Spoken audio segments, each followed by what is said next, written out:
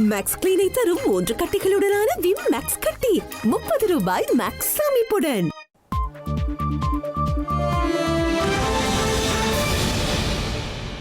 வணக்கம்.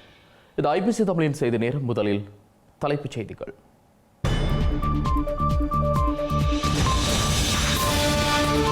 பொது வேட்பாளர் அரியநேத்திரனின் பொத்துவில் பொலிகண்டி பரப்புரை பயணம் நிறைவு. மாவட்ட ரீதியில் இனி கூட்டங்கள். சஜித்திடம் இனிமேல் தான் சில வாக்குறுதிகளை பெற வேண்டுமாம். நிபந்தனையற்ற ஆதரவு குறித்த விமர்சனங்களால் சுமந்திரன் கருத்து.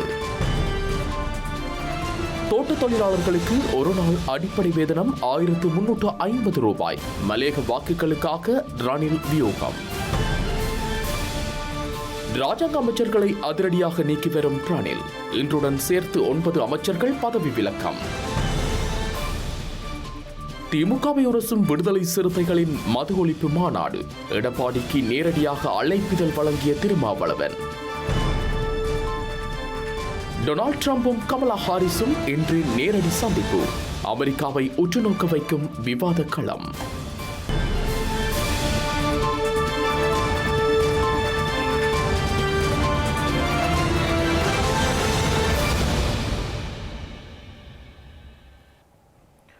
தொடர்ந்து விரிவான செய்திகள்.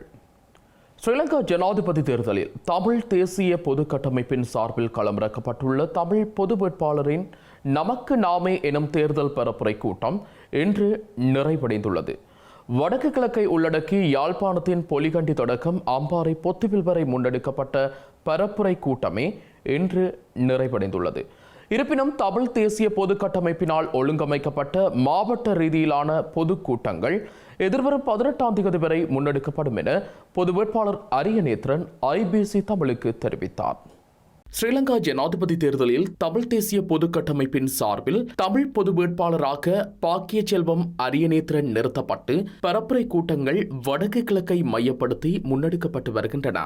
யாழ்ப்பாணத்தில் கடந்த மாதம் 23ஆம் தேதி ஆரம்பித்த பொலிகண்டி முதல் பொத்துவில் வரை முன்னெடுக்கப்பட்ட நமக்கு நாமே எனும் தொனிப்பொருளில் ஆரம்பிக்கப்பட்ட பரப்புரை கூட்டம் இன்று நிறைவடைந்துள்ளது. அம்பாறை மாவட்டத்தின் பெரிய நீலாவணை, கல்முனை, ஆக்ரைப்பற்று, தம்பிலுவில், திருக்கோவிலில் பரப்புரை கூட்டங்கள் இடம்பெற்று பொத்துவிலில் நிறைவடைந்துள்ளது. வடக்கு கிழக்கில் முன்னெடுக்கப்பட்ட கூட்டங்களில் பொது வேட்பாளருக்கான ஆதரவு கிடைத்திருந்தமையை அவதானிக்க முடிந்துள்ளது.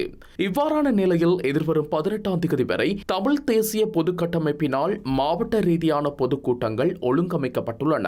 13ஆம் தேதி மன்னாரிலும், 14ஆம் தேதி திருகோணமலையிலும், 15ஆம் தேதி மட்டக்களப்பிலும், 16ஆம் தேதி கிளிநொச்சி, யாழ்ப்பாணம் ஆகிய இடங்களிலும், 17ஆம் தேதி அம்பாறையிலும் இடம்பெற்று வடக்கில் 18ஆம் தேதி மாபெரும் பொதுக்கூட்டம் ஒழுங்கமைக்கப்பட்டுள்ளது. இதேபோல அம்பாறையில் இன்று முன்னெடுக்கப்பட்ட பொது வேட்பாளர் பிரச்சார நடவடிக்கையின் போது பல்வேறு பகுதிகளில் காவல்துறையினர் முரண்பட்டுள்ளதாக தெரிவிக்கப்படுகின்றது. பிரச்சார நடவடிக்கைகளுக்காக செல்வதற்கு தயாராகி கொண்டிருந்த போது அங்கு சென்ற பெரிய நீலாவணை காவல்துறை நிலைய பொறுப்பதிகாரி மற்றும் விசேட அதிரடி படையினரின் இடையூறினால் முரண்பாடுகள் ஏற்பட்டிருந்தன. இருப்பினும் தேர்தல் பரப்புரைகள் மக்களின் ஆதரவுடன் முன்னெடுக்கப்பட்டுள்ளது. தமிழ் மக்களின் தேசிய இனப்பிரச்சினைக்கு தீர்வு காண்பது தொடர்பாக சஜித் பிரேமதாசவின் தேர்தல் விஞ்ஞாபனத்தில் தெரிவிக்கப்பட்டுள்ள விடயங்களுக்கான கால வரையறைகள் தொடர்பில் அவருடன் கலந்துரையாடி கட்சியின் விசேட குழுவிற்கு அறிவிக்க உள்ளதாக நாடாளுமன்ற உறுப்பினர் எம். ஏ. சுமந்திரன் தெரிவித்தார். இதனால் எதிர்வரும் 14ஆம் தேதி நடைபெறவுள்ள கட்சியின் மத்திய குழு கூட்டமும் இடைநிறுத்தப்பட்டுள்ளதாக வவுனியாவில் இன்று இடம்பெற்ற தமிழரசு கட்சியின் விசேட குழு கூட்டம் தொடர்பில் தொடர்பு கொண்டு வினவிய போதே அவர் இவ்வாறு தெரிவித்தார். இலங்கை தமிழரசுக் கட்சியின் மத்திய செயற்குழு கூடி சஜித் பிரேமதாசவிற்கு ஆதரவு வழங்குவதென தீர்மானம் மேற்கொண்டமையால் 14ஆம் தேதி நடைபெறவிருந்த மத்திய செயற்குழு கூட்டமும் இடைநிறுத்தப்பட்டுள்ளதாக நாடாளுமன்ற உறுப்பினரும் தமிழரசுக் கட்சியின் ஊடக பேச்சாளருமான எம். ஏ. சுமந்திரன் தெரிவித்துள்ளார். தேவை ஏற்படும் பட்சத்தில் மத்திய செயற்குழு கூடலாம் எனவும் தற்போது அதற்கான தேவையில்லை எனவும் கூறினர்.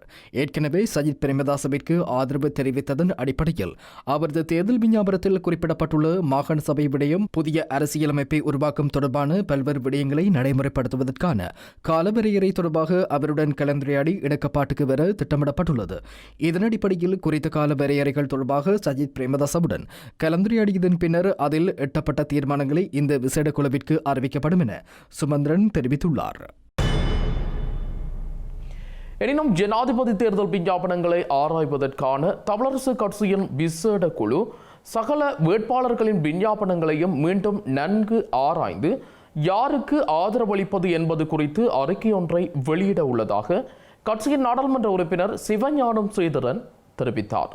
வவுனியாவில் இன்று நடைபெற்ற கட்சியின் விசேட குழு கூட்டத்தில் அவர் இதனை குறிப்பிட்டார். நாங்கள் எங்களுடைய மத்திய குழுவில் தீர்மானிக்கப்பட்ட ஒரு குழு, சிறப்பு குழு, குறிப்பாக இந்த தேர்தல் விஞ்ஞாபனங்கள் பற்றி ஆராய்வதற்காக 18ஆம் தேதி 8ஆம் மாசத்துல இந்த குழு நியமிக்கப்பட்டது. நான், அண்ணன் மாவை சேனாதிராஜா, மருத்துவர் சத்தியலிங்கம், ஸ்ரீ சோப தலைவர் CVK சிவஞானம், பேச்சாளர் சுமந்திரன், மட்டக்களப்பு மாநகர முன்னாள் மேயர் சரவணபவன், இந்த 6 பேர் கொண்ட குழு நியமிக்கப்பட்டது. இந்த குழுவில் நாங்கள் கூடி இந்த விடயங்கள் தொடர்பாக, குறிப்பாக தேர்தல், ஒவ்வொரு தென்பகுதி ஜனாதிபதி வேட்பாளர்கள் கட்சிகளுடைய தேர்தல் விஞ்ஞாபனங்கள் தொடர்பாக ஆராய்வதற்கென்று இந்த குழு நியமிக்கப்பட்டது. இந்த குழு நாங்கள் முதல் கூடுவதற்கான காலம் பிந்திவிட்டது. இப்பொழுது இன்றைக்கும் இந்த தேர்தல் விஞ்ஞாபனங்களில் இருக்கிற கிட்டத்தட்ட 6 கட்சிகளுடைய விஞ்ஞாபனங்கள் பற்றி ஆராய்ந்தார்கள். இன்னும் சில கட்சிகளுடைய நாங்கள் ஆராய வேண்டியிருக்குது. தொடர்ந்து இந்த குழு இன்னும் தடவைகள் கூடி சில முடிவுகளை எடுத்த பின்னர் நாங்கள் ஒரு தெளிவான அறிக்கையை மக்களுக்கு தருவோம். சில விடயங்களை அவையிட்டிருந்து கேட்கறதுக்காக அவர்கள் என்னென்ன விஷயங்களை தருவினம், அது தனியாக சஜித்தோட மட்டுமில்லை, ரணில் விக்ரமசிங்கே, நாமல் ராஜபக்ச அல்லது அனுரகுமார சனாயக்கா போன்றவருடைய தேர்தல் விடயங்களில் தமிழ் மக்களுடைய அரசியல் உரிமைகளுக்காக அவர்கள் என்ன வடிவங்களை எழுத்து மூலம் தர தயாராக இருக்கிறார்கள் என்ற விடயங்களை தொடர்பு கொள்வதற்கான ஒரு கட்சியினுடைய பேச்சாளர் என்ற வகையில அவருக்கு அந்த பதவி வழங்கப்பட்டிருந்தது, அந்தஸ்து வழங்கப்பட்டிருந்தது. ஆகவே அது தொடர்பிலே அவர் அதை கையாளலாம், அதுக்குரிய உரிமை வழங்கப்பட்டிருக்கிறது. இனி அவர்கள் தரப்போற எழுத்து மூலமான ஆவணங்களை பொறுத்து தான் இந்த முடிவுகளுக்கு நாங்கள் போவோம். இலங்கையில் ஜனாதிபதி தேர்தல் களம் சூடு பிடித்துள்ள நிலையில் ஸ்ரீலங்கா ஜனாதிபதி ரணில் விக்ரமசிங்கே மேலும் 5 ராஜாங்க அமைச்சர்களை பதவி நீக்கியுள்ளார். ஸ்ரீலங்கா அரசியல் அமைப்பின் 47வது சரத்தின் 3ஆம் பிரிவின் A அதிகாரத்தின் கீழ் 5 ராஜாங்க அமைச்சர்கள் பதவி நீக்கம் செய்யப்பட்டதாக ஜனாதிபதி ஊடக பிரிவு தெரிவித்துள்ளது. ஸ்ரீலங்கா துறைமுகங்கள் மற்றும் விமான சேவைகள் ராஜாங்க அமைச்சர் பிரேமலால் ஜெயசேகர, மின்சக்தி மற்றும் எரிசக்தி ராஜாங்க அமைச்சர் இந்திக அனுருத், விவசாய ராஜாங்க அமைச்சர் மொஹான் பிரியதர்சன டி சில்வா மற்றும் நெடுஞ்சாலைகள் ராஜாங்க அமைச்சர் ஸ்ரீபால கம்லத் ஆகியோர் ராஜாங்க அமைச்சர் பதவியிலிருந்து கடந்த 5ஆம் தேதி பதவி நீக்கப்பட்டனர். ஸ்ரீலங்கா அரசாங்கத்திற்கு ஆதரவு வழங்காத காரணத்தால் குறித்த 4 ராஜாங்க அமைச்சர்களும் ஜனாதிபதி ரணில் விக்ரமசிங்கவால் பதவி நீக்கப்பட்டதாக தெரிவிக்கப்பட்டுள்ளது. இந்த நிலையில் இன்று முதல் நடைமுறையாகும் வகையில் மேலும் 5 ராஜாங்க அமைச்சர்களை ஸ்ரீலங்கா ஜனாதிபதி பதவி நீக்கிறார். இதன்படி ஸ்ரீலங்கா மகளிர் மற்றும் சிறுவர் அலுவலர்கள் ராஜாங்க அமைச்சர் கீதா சமன்மலி ஹுமார் சிங்க, நீர்ப்பாசனம் மற்றும் நீர்வளங்கள் ராஜாங்க அமைச்சர் சசீந்திர ராஜபக்ச, நகர அபிவிருத்தி மற்றும் வீடமைப்பு ராஜாங்க அமைச்சர் தேனுக விதானகமகே, ஸ்ரீய மற்றும் நடுத்தர அளவிலான தொழில் முயற்சிகள் அபிவிருத்தி ராஜாங்க அமைச்சர் பிரசன்ன ரணவீர மற்றும் மின்சக்தி மற்றும் வலுசக்தி ராஜாங்க அமைச்சர் TV சானக ஆகியோர் பதவி நீக்கம் செய்யப்பட்டுள்ளனர். தேசிய மக்கள் சக்தியின் வேட்பாளர் அனுரகுமார் திசாநாயக்கவை ஊக்குவிக்கும் ஸ்ரீலங்கா ஜனாதிபதி ரணில் விக்ரமசிங்கவின் நடவடிக்கை காரணமாக ஸ்ரீலங்கா பொதுஜன பெரமுனவின் 80 பேர் நாட்டை விட்டு வெளியேறுவதற்கு தீர்மானித்துள்ளதாக ஐக்கிய மக்கள் சக்தி தெரிவித்துள்ளது. ஜனாதிபதி தேர்தலில் ரணில் விக்ரமசிங்க வெற்றி பெற மாட்டார் என்பதை அறிந்ததன் காரணமாகவே இந்த நாடாளுமன்ற உறுப்பினர்கள் நாட்டை விட்டு வெளியேற தீர்மானித்துள்ளதாக ஐக்கிய மக்கள் சக்தி நாடாளுமன்ற உறுப்பினர் முஜிபுர் ரஹ்மான் குறிப்பிட்டுள்ளார். ஜனாதிபதியின் தேர்தல் பிரச்சாரத்தில் அனுரகுமார் திசாநாயக்கவிற்கு ஆதரவு வழங்கும் பிரச்சாரமாக தற்போது மாறியுள்ளது. ஜனாதிபதி தேர்தலில் வெற்றி பெறுவதை விட சஜித் பிரேமதாசவை தோற்கடிப்பதே ஜனாதிபதியின் நோக்கமாகும். ரணில் விக்ரமசிங்கே வெற்றி பெற மாட்டார் என்பது தெளிவாகி இருக்கிறது. இதன் காரணமாக பொதுஜன பெரமுனவிற்குள் பாரிய நெருக்கடி ஏற்பட்டிருக்கிறது. ரணில் விக்ரமசிங்கவுடன் ஒட்டிக்கொண்டு சென்று வெற்றி பெற முடியும் என அவர்கள் எண்ணினார்கள். தற்போது ரணில் விக்ரமசிங்கவின் தோல்வி உறுதியானதால் ஜனாதிபதி தேர்தல் பிரச்சார பேரணிகள் 22 தற்போது மீளெடுக்கப்பட்டுள்ளது. பொதுஜன பெரமுனவில் உள்ளவர்கள் சிறிது சிறிதாக தேர்தல் பிரச்சாரங்களிலிருந்து வெளியே வருகின்றார்கள். முதல் இருந்த அமைச்சர்களில் எத்தனை பேர் தற்போது ரணில் விக்ரமசிங்கவின் மேடைகளில் இருக்கின்றார்கள்? ஊடக பேச்சாளர்களாக இருந்த எத்தனை பேர் தற்போது ஜனாதிபதியுடன் இருக்கின்றார்கள்? அவருடன் தற்போது யாருமில்லை. ரணில் விக்ரமசிங்கவின் சுயரூபத்தை தெரிந்து கொண்டுள்ளனர். தற்போது சொல்ல முடியாத கவலையில் இருக்கின்றார்கள். என்ன செய்வது என அவர்களுக்கு தெரியாதுள்ளது. ரணில் விக்ரமசிங்கவுடன் சென்று பொதுஜன பெரமுன தீர்மானமும் இல்லாது போயுள்ளது. இதன் காரணமாக நிர்கதியானவர்களாக அவர்கள் மாறியுள்ளார்கள். அவர்களில் பெரும்பாலானவர்கள் 21ஆம் தேதி வாக்களித்துவிட்டு நாட்டை விட்டு வெளியேறுவதற்கு தீர்மானித்திருக்கின்றார்கள். பிரதான நாடாளுமன்ற உறுப்பினர்களில் 80 பேர் வரை நுழைவு விசைவை பெற்றுள்ளார்கள். அவர்களின் பாதுகாவலர் ரணில் விக்ரமசிங்க இல்லை என்பது தெரிய வந்திருக்கிறது. அவர்களின் தலையில் ஏறிக்கொண்டு அனுரகுமார திசாநாயக்கவை வெற்றி பெற பணியாற்றுகின்றார்கள் என்பது அவர்களுக்கு உறுதியாகி இருக்கிறது. சஜித்தின் அல்லது அனுரவின் எதிர்காலத்தை அல்லது தமது பிள்ளைகளின் எதிர்காலத்தை நினைத்து நாட்டு மக்கள் செப்டம்பர் 21ஆம் தேதி வாக்களிக்க வேண்டும் என ஸ்ரீலங்கா ஜனாதிபதி ரணில் விக்ரமசிங்க தெரிவித்தார். பொருளாதார வீழ்ச்சியை அடுத்து மக்கள் படும் துன்பத்தை போக்க சஜித்தோ அல்லது அனுரவோ முன்வரவில்லை என கிளிநொச்சியில் இன்று இடம்பெற்ற இயலும் ஸ்ரீலங்கா பேரணியில் கலந்து கொண்டு குறிப்பிட்டார். 2 வருடங்களுக்கு முன்னர் மக்களுக்கு சாப்பிட உணவிருக்கவில்லை. சமையல் எரிவாயு, எரிபொருள், மருந்து, உரம் இருக்கவில்லை. பொருளாதாரம் சரிவடைந்தது. அப்படி ஒரு தருணத்திலே நாட்டை ஏற்றேன். கஷ்டங்களில் இருந்து மீண்டு மக்கள் சுமூகமாக வாழ வழி செய்ய வேண்டும் என கருதியே ஆட்சியை ஏற்றுக்கொண்டேன். அனுரவோ சஜித்தோ அரசாங்கத்தை ஏற்க முன்வரவில்லை. மக்களின் வயிற்று பசியை போக்கவோ, தட்டுப்பாடுகளை நிவர்த்தியாக்கவோ, பிள்ளைகளின் கல்விகளை உறுதிப்படுத்தவோ அவர்கள் முன்வரவில்லை. மக்கள் கஷ்டப்படுவதை வேடிக்கை பார்த்தார்கள். கஷ்டத்தை போக்க உதவி செய்ய வருமாறு கோரினேன். அனைத்தையும் மறுத்துவிட்டனர். மக்கள் தட்டுப்பாடுகளுடன் தவித்தபோது அவர்களுக்கு தேர்தல் தேவைப்பட்டது. தேர்தல் நடத்தியிருந்தால் மக்கள் பிரச்சனைகள் தீர்ந்திருக்குமா? அவர்கள் தேர்தலுக்கு பணத்தை செலவிட சொன்னார்கள். அவர்களை என்னோடு இணையுமாறு அழைத்தேன். அதற்கும் வரவில்லை. மக்கள் கஷ்டத்தில் அரசியல் லாபம் தேடினார்கள். இந்த நவீன விவசாய முறைகளுக்கு செல்ல மக்களுக்கு உதவிகளை வழங்குவோம். நெல் விளைச்சலையும் பலப்படுத்துவோம். உலக சனத்தொகை அதிகரித்து வரும் வேளையில் உணவு உற்பத்தியை அதிகப்படுத்தி நாமும் பலமடைய வேண்டும். இதனால் கிராமங்களில் வறுமை மறையும். இந்த பகுதிகளை இலங்கையினுடைய மிகச்சிறந்த விவசாய மையமாக மாற்றுவோம். எமக்கு உதவ மக்கள் முன்வர வேண்டும். அதற்காகவே பலாலி சர்வதேச விமான நிலையத்தை மேம்படுத்தினோம்.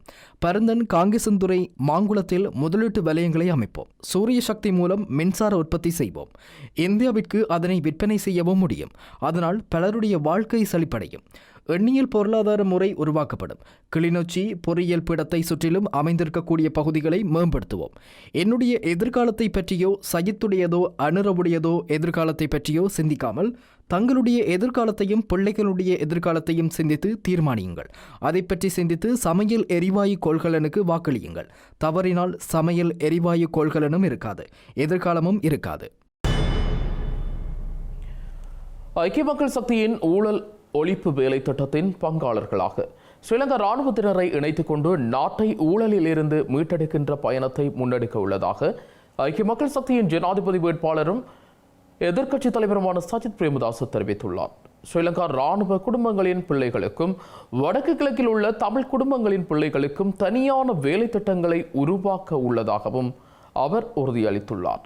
கொழும்பு சுகததாச உள்ளக விளையாட்டரங்கில் ஐக்கிய மக்கள் சக்தியின் இராணுவ சக்தி இன்று ஏற்பாடு செய்த மாநாட்டில் கலந்து கொண்டு உரையாற்றிய போதே எதிர்க்கட்சித் தலைவர் இவ்வாறு தெரிவித்தார்.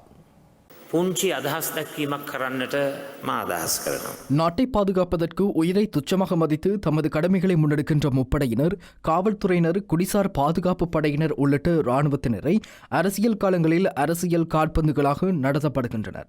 தேர்தல் காலங்களில் பல சந்தர்ப்பங்களில் அனாதிகளாக கைவிடப்படுகின்றார்கள்.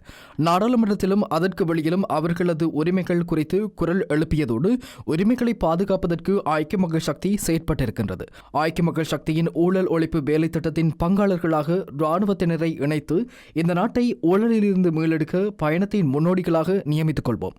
ஒய்த்தஞாறு தாக்குதல் காரணமாகவே ஏற்பட்டுள்ள குழப்ப நிலையையும் இந்த தீவிரவாத தாக்குதலுக்கு முன்னுரிமை வழங்கிய குழுவையும் அதன் பிரதான சூத்திரதாரியையும் கண்டுபிடிக்கும் நடவடிக்கைகளை பாரபட்சமின்றி முன்னெடுப்போம். அந்த நாட்டின் கொடிய நோயாக மாறியிருக்கின்ற போதைப்பொருள் விநியோகத்தை முற்றாக ஒழிப்பதற்கு இராணுவத்தின் பூரண பங்களிப்பையும் பெற்றுக்கொள்வோம். அர்ப்பணிப்புடன் செயற்பட இராணுவ குடும்பங்களின் பிள்ளைகளுக்கும் வடக்கு கிழக்கில் உள்ள தமிழ் குடும்பங்களின் பிள்ளைகளுக்கும் தனியான வேலை திட்டங்களை உருவாக்குவோம். யுத்தத்திற்கு பின்னர் இனமத பேதமின்றி அனைவரும் ஒன்றாக இணைய வேண்டும். வடக்கு, கிழக்கு, தெற்கு, மேற்கு உள்ளிட்ட 9 மாகாணங்களில் உள்ளவர்களும் ஒன்றாக இணைந்து இந்த பொறுப்புகளை செயற்படுத்த வேண்டும். ஸ்ரீலங்காவின் ஜனாதிபதி தேர்தலில் வெற்றி பெற்று ஒரு மணித்தியாலம் கூட தாமதிக்காமல் பதவி பிரமாணம் செய்து கொள்வதாக தேசிய மக்கள் சக்தியின் ஜனாதிபதி வேட்பாளர் அனுரகுமார திசாநாயக்க தெரிவித்துள்ளார். குருநாகலில் இடம்பெற்ற தேர்தல் பிரச்சாரத்தில் உரையாற்றிய அனுரகுமார திசாநாயக்க தேர்தலில் வெற்றி பெற்றதை தொடர்ந்து ஒரு கணமும் தாமதிக்காமல் நாடாளுமன்றம் கலைக்கப்படும் எனவும் அவர் குறிப்பிட்டார். இதனைத் தொடர்ந்து தற்காலிகமாக வெளியேற்றப்படுவோரை பொது தேர்தலினூடாக நிரந்தரமாக வீடுகளுக்கு மக்கள் அனுப்ப வேண்டும் எனவும் அவர் கோரிக்கை விடுத்துள்ளார். 22ஆம் தேதி தேர்தல் முடிவுகள் வெளியான பின்னர் வெற்றி பெற்று நாடாளுமன்றத்தை கலைப்போம். மறைப்பதற்கு ஒன்றுமில்லை. நாடாளுமன்றம் கலைக்கப்படும். நாடாளுமன்றம் கலைக்கப்பட்டு ஜனாதிபதி தேர்தல் ஊடாக வீடு செல்லும் சஜித் பிரேமதாச மற்றும் ரணில் விக்ரமசிங்கே ஆகியோரை தொடர்ந்து அசோக் அபேசிங்க மற்றும் ஜோன்சன் பெர்னாண்டோ ஆகியோரும் வீட்டிற்கு அனுப்பப்படுவார்கள். அவர்களை வீட்டிற்கு அனுப்பும் அதிகாரம் 1.5 மாதங்கள் என்ற குறுகிய காலத்திற்கே கிடைக்கும். 1.5 மாதத்துக்கு பின்னர் பொது தேர்தல் வரும். நீங்கள் என்ன செய்ய வேண்டும்? தற்காலிகமாக வீட்டிற்கு அனுப்பப்பட்டவர்களை நிரந்தரமாக வீட்டிற்கு அனுப்புவதற்கு பொது தேர்தலில் வாக்குகளை பயன்படுத்த வேண்டும். இந்த நாடாளுமன்றத்தில் அடுத்த அமர்வு அக்டோபர் 8ஆம் தேதி நடத்தப்பட உள்ளது. கடந்த 3ஆம் தேதியே நாடாளுமன்ற அமர்வு இடம்பெற்றது. இந்த நாடாளுமன்றத்தில் உள்ள 150க்கும் மேற்பட்டவர்களின் இறுதி அமர்வே அதுவாகும். ஆகவே எதிர்வரும் அக்டோபர் 8ஆம் தேதி நாடாளுமன்ற அமர்வு இடம்பெறாது. அதன் பின்னர் இந்த 1.5 மாதங்களுக்கு இடைக்கால அரசாங்கத்தை நாம் நியமிப்போம். அனைத்து அதிகாரங்களையும் தம்பசம் எடுத்துக்கொண்டு அரசியலமைப்பின் பிரகாரம் நாட்டை நிர்வகிக்க முடியும். எம்மிடமுள்ள நாடாளுமன்ற உறுப்பினர்களை வைத்துக்கொண்டு அமைச்சரவை ஒன்றை அமைக்க முடியும். இடைக்கால அரசாங்கத்தை அமைக்காமலும் விட முடியாது. ஆகவே அரசியலமைப்பின் பிரகாரம் அந்த 1.5 மாதங்களும் நாட்டை நிர்வகிப்போம். அதன் பின்னர் இடம்பெறும் பொது தேர்தலின் பின்னர் நாடாளுமன்றம் தூய்மையானதாக மாறும். மிளகாய்த்தூள் கொண்டு வரும், நாடாளுமன்றத்தில் மைக்கை உடைக்கும், புத்தகங்கள் மூலம் மேலும் மோதிக்கொள்ளும், கதிரைகளை உடைக்கும் சம்பவங்கள் உங்களுக்கு நினைவுக்கு வருகிறதா? நாடாளுமன்றத்தை சுத்தம் செய்ய வேண்டும். நாடாளுமன்றத்தில் தற்போதுள்ள பாரிய அளவானவர்களை வீட்டிற்கு அனுப்பி அவர்களுக்கு பதிலாக தேசிய மக்கள் சக்தி உறுப்பினர்களை நிரப்புவோம். அதன் பின்னர் அமைச்சரவையை அமைப்போம். அதிகபட்சமாக 25 அமைச்சர்கள் இருப்பார்கள். ராஜாங்க அமைச்சர்கள் என்ற வகையினரே இருக்க மாட்டார்கள். அமைச்சரவை அமைச்சர்களுக்கு அதே அளவான பிரதி அமைச்சர்களும் நியமிக்கப்படுவார்கள். நாடாளுமன்ற உறுப்பினர்களின் ஓய்வூதியம் மீளெடுக்கப்படும். நாடாளுமன்ற உறுப்பினர்களுக்கான வாகன இறக்குமதி அனுமதி பத்திரம் மீளெடுக்கப்படும். அமைச்சர்களுக்கு அரசாங்கம் சார்பான வீடுகள் வழங்கப்பட மாட்டாது. அமைச்சர்களின் நீர் மற்றும் மின்சார கட்டணம் செலுத்துவது மீளெடுக்கப்படும். அமைச்சர்களுக்கான வாகன தொடரணியில் 7-8 வாகனங்கள் செல்வது இல்லாது செய்யப்படும். அமைச்சர்கள் மற்றும் நாடாளுமன்ற உறுப்பினர்களுக்கு அச்சுறுத்தல் இருக்கும் என கருதும் பட்சத்தில் பாதுகாப்பு வழங்கப்படும். மட்டக்களப்பில் இருந்து புதிய அரசியல் தலைவர்கள் உருவாக வேண்டும் எனவும் அதற்கு தான் உதவி செய்வேன் எனவும் ஸ்ரீலங்கா பொதுஜன பெரமுனவின் ஜனாதிபதி வேட்பாளர் நாமல் ராஜபக்ஷ தெரிவித்தார். சிங்கள மொழியை பாதுகாப்பது போல தமிழ் மொழியை பாதுகாத்து மக்களின் கலாச்சாரத்துக்கு முக்கியத்துவம் வழங்குவேன் என மட்டக்களப்பில் இடம்பெற்ற தேர்தல் பிரச்சார கூட்டத்தில் நாமல் ராஜபக்ஷ தெரிவித்தார். அகாலி ஹம்பாந்தோட்டையில் இடம்பெற்ற அபிவிருத்தியை மட்டக்களப்பிற்கு கொண்டு வர வேண்டும். அதற்காகத்தான் மஹிந்த ராஜபக்ஷ தலைமையில் வீதிகளை அபிவிருத்தி செய்தோம், வீடுகளை அமைத்துக் கொடுத்தோம், சுற்றுலாவை அபிவிருத்தி செய்தோம். அதன் மூலம் இந்த பிரதேசங்களில் தொழில் வாய்ப்பு ஏற்பட்டது. மத்தள விமான நிலையத்திலிருந்து மட்டக்களப்பு வரையும் அதிவேக நெடுஞ்சாலை பாதை அமைக்க எங்களுடைய திட்டம் ஒன்று இருந்தது. அதனை ஆட்சிக்கு வந்த ஆட்சியாளர்கள் நிறுத்திவிட்டனர். எனவே நாங்கள் ஆட்சிக்கு வந்தால் மத்தளையிலிருந்து மட்டக்களப்பிற்கு அதிவேக பாதை அமைப்போம். அதன் மூலம் ஹம்பாந்தோட்டையுடன் மட்டக்களப்பு, திருகோணமலை, அம்பாறை ஆகிய மாவட்டங்களுக்கு இடையிலான உறவு ஏற்படுவதுடன் சுற்றுலாத்துறையும் அபிவிருத்தி அடையும். இந்த பிரதேசத்தில் பிடிக்கப்பட்டுள்ள மீன்கள் மற்றும் உற்பத்தி பொருட்களை கொழும்பிற்கு இலகுவாக கொண்டு செல்ல முடியும். எனவே எங்களுக்கு தேவை இந்த நாட்டின் அபிவிருத்தி. இந்த இளைஞர்கள், யுவதிகளுக்கு வளமான எதிர்காலம் ஒன்று உருவாக்கப்பட வேண்டும். இந்த பிரதேசத்தில் உள்ள எல்லா அரசியல்வாதிகளும் தமிழ் முஸ்லிம் மக்களுக்கு தெரிவிப்பது அரசியல் ஜாப்பை மாற்றம் செய்வதாக தெரிவித்தார்கள். ஆனால் உங்கள் குழந்தைகளின் எதிர்காலத்தை அபிவிருத்தி செய்வதாக யாரும் பேசவில்லை. அரசியல் ஜாப்பை மாற்றுவது தொடர்பாக என்னால் உறுதியாக கூற முடியாது. ஆனால் நாளைய இளைஞர் யுவதிகளுக்கு எதிர்காலம் ஒன்றை தர முடியும் என உறுதியாக கூற முடியும். இனவாதத்திற்கு முற்றுப்புள்ளி வைத்திருக்கின்றோம். ஆனால் தேர்தல் காலத்தில் இனவாதம் அதிகரிக்கின்றது. சில அரசியல்வாதிகள் தங்கள் அரசியல் வாழ்க்கைக்காக இந்த இனவாதத்தை பேசிக் கொண்டிருக்கிறார்கள். அவர்கள் சிங்களவர்கள், தமிழர்கள், முஸ்லிம்கள் என பிரிவினையை உண்டாக்குகின்றனர். அதேபோல மத ரீதியாக பிரிக்கின்றனர். அவ்வாறே அரசியல் கட்சி ரீதியாக பிரிக்கின்றனர். ஆனால் நான் பிரிவினை, இனவாத மூடாக அரசியல் செய்வதில்லை. என்னால் செய்ய முடியுமென்றால் செய்வேன். முடியாது என்றால் முடியாதென சொல்வேன். எனவே இளைஞர்களை அழைக்கின்றேன். நீங்கள் புதிதாக சிந்திப்பீர்கள். எனவே நீங்கள் உங்கள் எதிர்காலத்தை பற்றி சிந்திக்கவும், நீங்கள் சக்தியானவர்கள், உங்களுடைய சக்தியை பாவித்து இந்த நாட்டிற்கும் ஊருக்கும் வேலைகளை செய்ய தயாராகவும். புதிய தலைவர்கள் உருவாகுவதற்கு கொழும்பிலிருந்து மட்டக்களப்பிற்கு வரும் தலைவர்கள் இல்லை. மட்டக்களப்பில் தலைவர்கள் உருவாக வேண்டும். அதற்கு நான் உதவ உறுதியளிப்பேன். இலங்கையில் நடைபெறவுள்ள ஜனாதிபதி தேர்தலில் எந்த ஒரு வேட்பாளருக்கும் ஆதரவளிக்கப் போவதில்லை எனவும் நடுநிலை வகிக்க தீர்மானித்துள்ளதாகவும் முன்னாள் ஜனாதிபதி சந்திரிகா பண்டாரநாயக்க குமாரதுங்க தெரிவித்தார். எனினும் தனது வாக்குரிமையை பயன்படுத்த எந்த வேட்பாளர்களுக்கு வாக்களிப்பது என்பது தொடர்பான தீர்மானத்தை இதுவரை தாம் மேற்கொள்ளவில்லை என சந்திரிகா பண்டாரநாயக்க குமாரதுங்க ஊடகங்களுக்கு தெரிவித்துள்ளார். ஸ்ரீலங்காவின் புதிய ஜனாதிபதியாக தெரிவு செய்யப்படுபவருக்கு முக்கிய பொறுப்பும் கடமையும் உண்டு என முன்னாள் ஜனாதிபதி சந்திரிகா பண்டாரநாயக்க குமாரதுங்க தெரிவித்துள்ளார். இலங்கையில் எதிர்வரும் செப்டம்பர் மாதம் 21ஆம் தேதி நடைபெறவுள்ள ஜனாதிபதி தேர்தலில் வேட்பாளர்களாக களமிறங்கியுள்ளவர்கள் அழகிய கொள்கைகளை முன்வைத்தாலும் அவற்றை யார் செயல்படுத்துவார்கள் என அவர் கேள்வி எழுப்பியுள்ளார். அத்துடன் இந்த கொள்கைகளையும் முன்மொழிவுகளையும் திருடர்கள் குழுவுடன் செயற்படுத்த முடியாது எனவும், இந்த ஆண்டு நடைபெறவுள்ள தேர்தலில் வேட்பாளர்களாக களமிறங்கியுள்ளவர்களில் பலர் திருடர்கள் என நிரூபிக்கப்பட்டவர்களுடன் தொடர்புடையவர்கள் எனவும் அவர் குற்றம் சாட்டியுள்ளார். இவ்வாறான நபர்கள் தேர்தலில் வெற்றி பெற்று எவ்வாறு நாட்டை ஆட்சி செய்ய போகின்றார்கள் என சந்திரிகா பண்டாரநாயக்க குமாரதுங்க கேள்வி எழுப்பியுள்ளார். இந்த பின்னணியில் தான் ஜனாதிபதி தேர்தல் தொடர்பில் நடுநிலை வகிப்பதாகவும் யாருக்கும் தனது ஆதரவை வழங்கப் போவதில்லை எனவும் அவர் குறிப்பிட்டுள்ளார். மேலும் நிறைவேற்று ஜனாதிபதி முறைமை நீக்கல், ஜனநாயக முறையை நடைமுறைப்படுத்துதல் மற்றும் ஊழலுக்கு எதிரான செயற்பாடுகளை ஒழித்தல் உள்ளிட்ட பணிகளை ஜனாதிபதி தேர்தலினூடாக தெரிவு செய்யப்படும் நபர் மேற்கொள்ள வேண்டும் என்பதை பொதுமக்கள் அமைதி வழி போராட்டத்தின் ஊடாக வலியுறுத்த வேண்டும் எனவும் அவர் வலியுறுத்தியுள்ளார். தமிழ் தேசிய உணர்வை வெளிப்படுத்தும் முகமாக பொது வேட்பாளர் அரிய நேத்திரனுக்கு வாக்களிக்க வேண்டும் என தமிழ் தேசிய கூட்டமைப்பின் முன்னாள் நாடாளுமன்ற உறுப்பினர் ஸ்ரீநேசன் தெரிவித்துள்ளார். ஸ்ரீலங்கா அரசினால் தொடர்ச்சியாக ஏமாற்றப்பட்டு வரும் நிலையில் இந்த முறை தமிழ் பொது வேட்பாளருக்கு வாக்களித்து தமிழ் மக்களின் உரிமைகளை வென்றெடுக்க வழி ஏற்படுத்த வேண்டும் என இன்று அம்பாறையில் வைத்து ஸ்ரீநேசன் வேண்டுகோள் விடுத்துள்ளார். தமிழ் தேசியம் வெல்ல வேண்டும், தமிழர் தாயகத்தில் தமிழ் தேசியம் வெல்ல வேண்டும் என்ற அடிப்படையில் தமிழ் தேசியவாதியான அரியநேந்திரன் அவர்களுக்கு அவருடைய சங்கு சின்னத்துக்கு நேராக தமிழன் என்ற உரிமையோடு வாக்களிக்க வேண்டும்.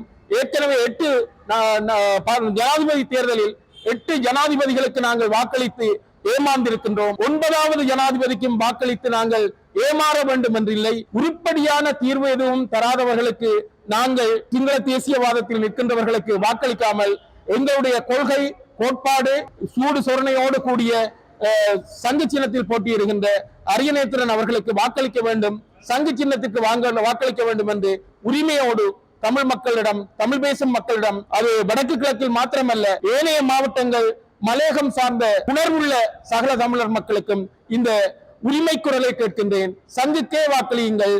அரியநேத்திரன் அவர்களை தமிழ் தேசியத்தின் பேரால், தமிழரின் பேரால் வெற்றியடைய செய்யுங்கள். நாங்கள் ஜனாதிபதியாகவல்ல, தமிழ் தாயகத்தில் நாங்கள் அதிகப்படியான வாக்குகளை எடுத்து உணர்வை வெளிப்படுத்த வேண்டும் என்று உறுதியாக கூறிக்கொள்ள விரும்புகிறேன். தமிழ் மக்களுடைய அதிகார பரவல் பிரச்சினைக்கு ஐக்கிய மக்கள் சக்தியின் தேர்தல் கட்டமைப்பிலே முக்கிய இடம் வழங்கப்பட்டிருக்கின்றது என அந்த கட்சியின் மட்டக்களப்பு மாவட்ட பிரதான அமைப்பாளரும் முன்னாள் பிரதி அமைச்சருமான சோமசுந்தரம் கணேசமூர்த்தி தெரிவித்துள்ளார். இலங்கையில் உள்ள ஏனைய அரசியல்வாதிகளை போன்று எதிர்க்கட்சித் தலைவர் சஜித் பிரேமதாச இரட்டை வேடம் போடும் தலைவர் அல்ல என மட்டக்களப்பு பட்டிருப்பு தேர்தல் தொகுதிக்கு உட்பட்ட களுவாஞ்சிக்குடி காரியாலயம் திறந்து வைக்கும் நிகழ்வில் அவர் குறிப்பிட்டார். தேசிய பிரச்சனையாக காணப்படுகின்ற தமிழ் மக்களுடைய அதிகார பரவலாக்கல் பிரச்சனைக்கு எங்களுடைய தேர்தல் கட்டமைப்பிலே முக்கிய இடம் வழங்கப்பட்டிருக்கின்றது. உங்களுக்கு தெரியும், 70 வருடமாக நாங்கள் எங்களுடைய சுதந்திரத்துக்காக, ஒரு சுயாட்சிக்காக, தமிழ் மக்களுடைய விடுவிற்காக போராடி வந்திருக்கின்றோம். இந்த போராட்டத்தினுடைய விளைவாகத்தான் ஓரளவு அதிகார பரவலாக்கலை நாங்கள் 1987ஆம் ஆண்டு மாகாண சபை மூலம் பெற்றிருந்தோம். ஆனாலும் அந்த மாகாண சபை முறையிலே பல விடயங்கள் நிறைவேற்றப்படாமல் இருக்கின்றன. குறிப்பாக சர்ச்சைக்குரிய விடயமாகிய போலீஸ் அதிகாரம், காணி அதிகாரம், பல்கலைக்கழகம் உயர்கல்வி சம்பந்தமான பல்வேறு முக்கிய விடயங்கள் நிறைவேற்றப்படவில்லை. கௌரவ சஜித் பிரேமதாஸ் அவர்கள் தமிழரசு கட்சியுடன் நடத்திய பேச்சுவார்த்தையின் போது திட்ட தெளிவாக கூறியிருக்கின்றார்.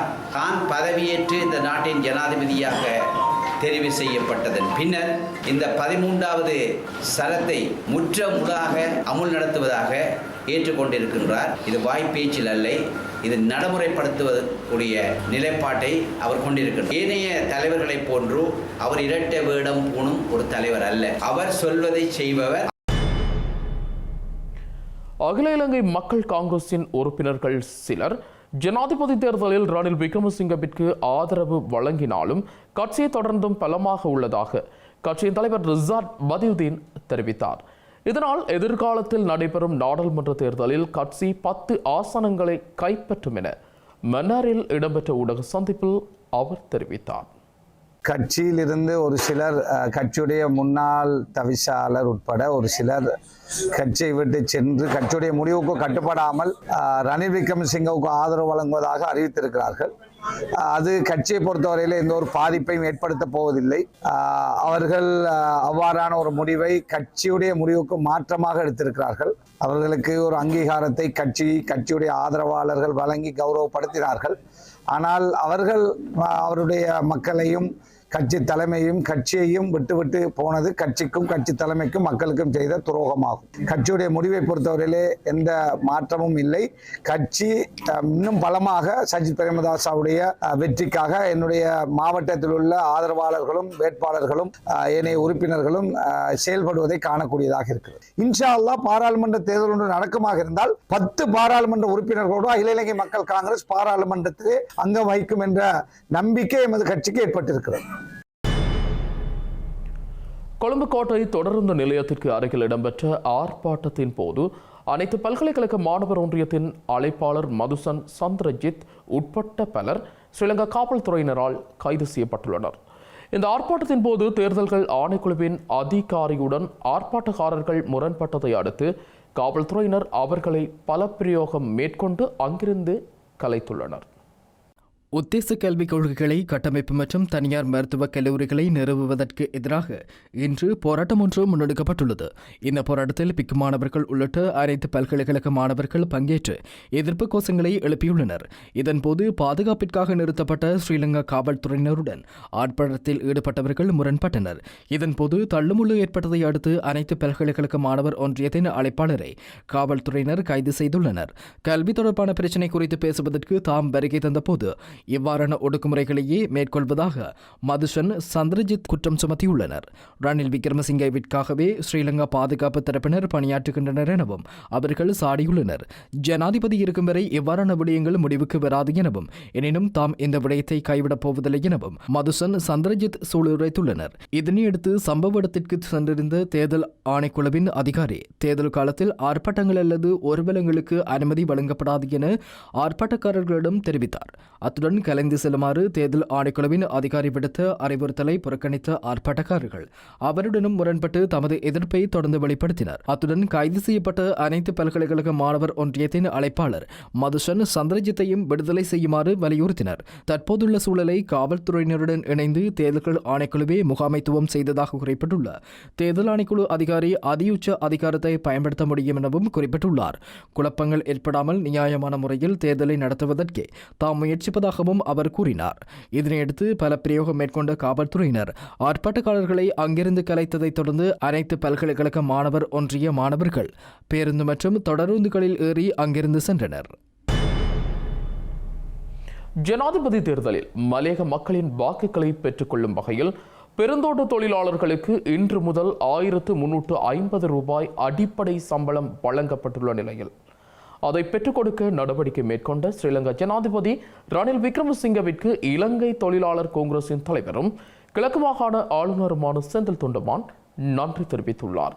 முதற்கட்டமாக இன்றைய தினம் தொழிலாளர்களுக்கு அடிப்படை சம்பளம் 1350 ரூபாய் வழங்கப்பட்டுள்ள நிலையில் மிகுதி ரூபாய் 350 பேச்சுவார்த்தைகளின் ஊடாக பெற்றுக் கொடுக்கப்படும் எனவும் செந்தில் தொண்டமான் தெரிவித்துள்ளார்.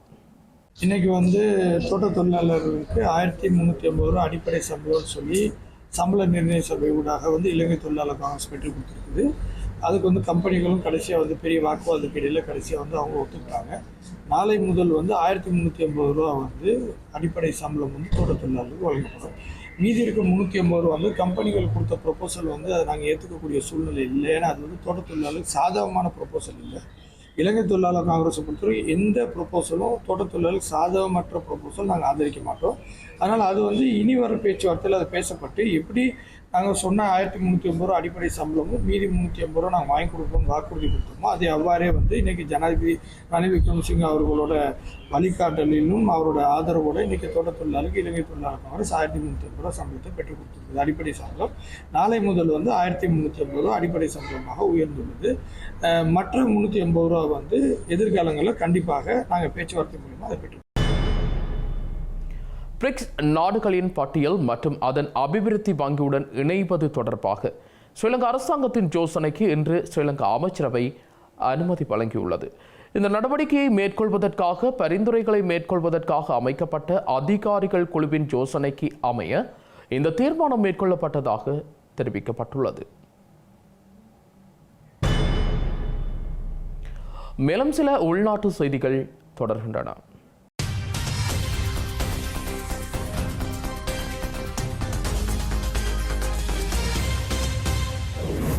யாழ்ப்பாணம் சுன்னாகம் பகுதியில் உந்தொள்ளி விபத்தில் ஒருவரது கால் விரல்கள் துண்டான சம்பவம் இடம்பெற்றுள்ளது. யாழ்ப்பாணம் காங்கேசுதுறை வீதியின் சுன்னாகம் பகுதியில் உந்துருளியில் பயணித்த ஒருவரது கால் விரல்கள் மற்றொரு உந்துருளிக்குள் சிக்கி துண்டாகியுள்ளது. காயமடைந்தவர் நோயாளர் காவ வண்டி மூலம் யாழ்ப்பாணம் போதனா வைத்தியசாலைக்கு அனுப்பி வைக்கப்பட்டுள்ளார். விபத்து தொடர்பாக சுன்னாகம் காவல்துறையினர் விசாரணைகளை மேற்கொண்டு வருகின்றனர். யாழ்ப்பாணம் சாவகச்சேரி இந்து கல்லூரியில் காப்பொத்த சாதாரண தரம் பயிலும் மாணவியான மாதங்கி கனகசுந்தரம் கின்னஸ் உலக சாதனை புத்தகத்தில் இடம் பிடித்துள்ளார். வேகமாக அதிக எண்ணிக்கையான பாதனைகளை அடுக்குதல் என்னும் தலைப்பின் கீழான போட்டியிலே இந்த சாதனையை படைத்துள்ளார். இந்த கின்னஸ் சாதனைக்கான விண்ணப்பம் முதல் அனைத்து விடயங்களையும் குறித்த மாணவியே தனது சுயமுயற்சியில் மேற்கொண்டார் என்பது குறிப்பிடத்தக்கது. நன்னீர் நாய் என மதிக்கத்தக்க உயிரினம் ஒன்று பிடிபட்டு வன ஜீவராசிகள் பாதுகாப்பு திணைக்கள அதிகாரிகளிடம் ஒப்படைக்கப்பட்டுள்ளது. குறித்த நன்னீர் நாய் என மதிக்கத்தக்க உயிரினம் அம்பாறை மாவட்டம் கல்முனை மாநகரில் உள்ள தனியார் வாகனம் திருத்தும் இடத்திற்கு வழி தவறி சென்றிருக்கும் நிலையில் பிடிபட்டமை குறிப்பிடத்தக்கது. இவ்வாறு பிடிப்பட்ட நன்னீர் நாய் என மதிக்கத்தக்க உயிரினம் நீர்நாய் வகையைச் சேர்ந்ததாக கூறப்படுகின்றது.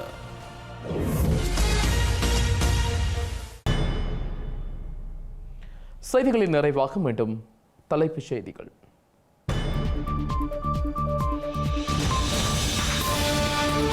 பொது வேட்பாளர் அரியநேத்திரனின் பொத்துவில் பொலிகண்டி பரப்புரை பயணம் நிறைவு. மாவட்ட ரீதியில் இனி கூட்டங்கள். சஜித்திடம் இனிமேல் தான் சில வாக்குறுதிகளை பெற வேண்டுமாம். நிபந்தனையற்ற ஆதரவு குறித்த விமர்சனங்களால் சுமந்திரன் கருத்து. தோட்ட தொழிலாளர்களுக்கு ஒரு நாள் அடிப்படை வேதனம் 1350 ரூபாய். மலேக வாக்குகளுக்காக ரணில் வியூகம். ராஜாங்க அமைச்சர்களை அதிரடியாக நீக்கி வரும் ரணில். இன்றுடன் சேர்த்து 9 அமைச்சர்கள் பதவி விலக்கம். திமுகவை உரசும் விடுதலை சிறுத்தைகளின் மது ஒழிப்பு மாநாடு. எடப்பாடிக்கு நேரடியாக அழைப்பிதழ் வழங்கிய திருமாவளவன். டொனால்ட் ட்ரம்பும் கமலா ஹாரிஸும் இன்று நேரடி சந்திப்பு. அமெரிக்காவை உற்றுநோக்க வைக்கும் விவாத களம்.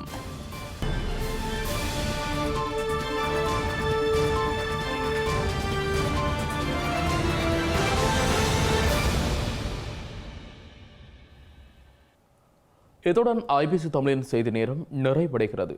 உடனுக்குடன் செய்திகளை அறிந்து கொள்ள ibctamil.com என்ற எமது இணையதளத்தை பார்வையிடுங்கள். வணக்கம்.